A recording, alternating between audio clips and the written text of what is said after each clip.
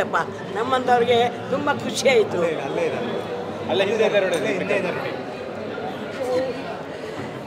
ಈ ಇಂಥ ಒಂದು ಕ್ಯಾರೆಕ್ಟರ್ ನಮ್ಮ ಸಿನಿಮಾದಲ್ಲಿದೆ. ಆ್ಯಕ್ಚುಲಿ ಇವರ ಅಭಿಪ್ರಾಯ ತುಂಬಾ ನಮಗೆ ಇಂಪಾರ್ಟೆಂಟ್ ಆಗುತ್ತೆ. ಹೇಳಿ ಹೇಗೆ ಅನ್ನಿಸ್ತು ನಿಮಗೆ? ಸಿನಿಮಾ ಇಷ್ಟ ಆಯಿತಾ? ತುಂಬ ಇಷ್ಟ ಆಯಿತು.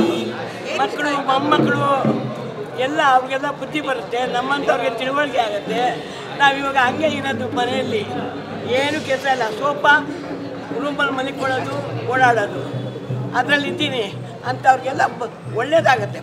ನೀವು ತುಂಬ ಎಮೋಷ್ನಲ್ ಆಗಿದ್ದೀರಾ, ಯಾಕೆ? ಯಾಕಂದರೆ ನನಗೆ ಆ ಥರ ಮಕ್ಕಳು ಒಳ್ಳೇದಾಗಿ ನೋಡ್ಕೊಳ್ತಾರೆ. ನಿಜವಾಗ್ಲೂ ಒಳ್ಳೇದಾಗಿ ಸೊಸೆ, ಒಳ್ಳೆ ಮಕ್ಕಳು, ಒಳ್ಳೆ ಮೊಮ್ಮಕ್ಕಳು. ನಾನು ತುಂಬ ಖುಷಿಯಾಗಿದ್ದೀನಪ್ಪ. ಅದು ನೋಡಿ ನನಗೆ ಖುಷಿ ಆಯಿತು.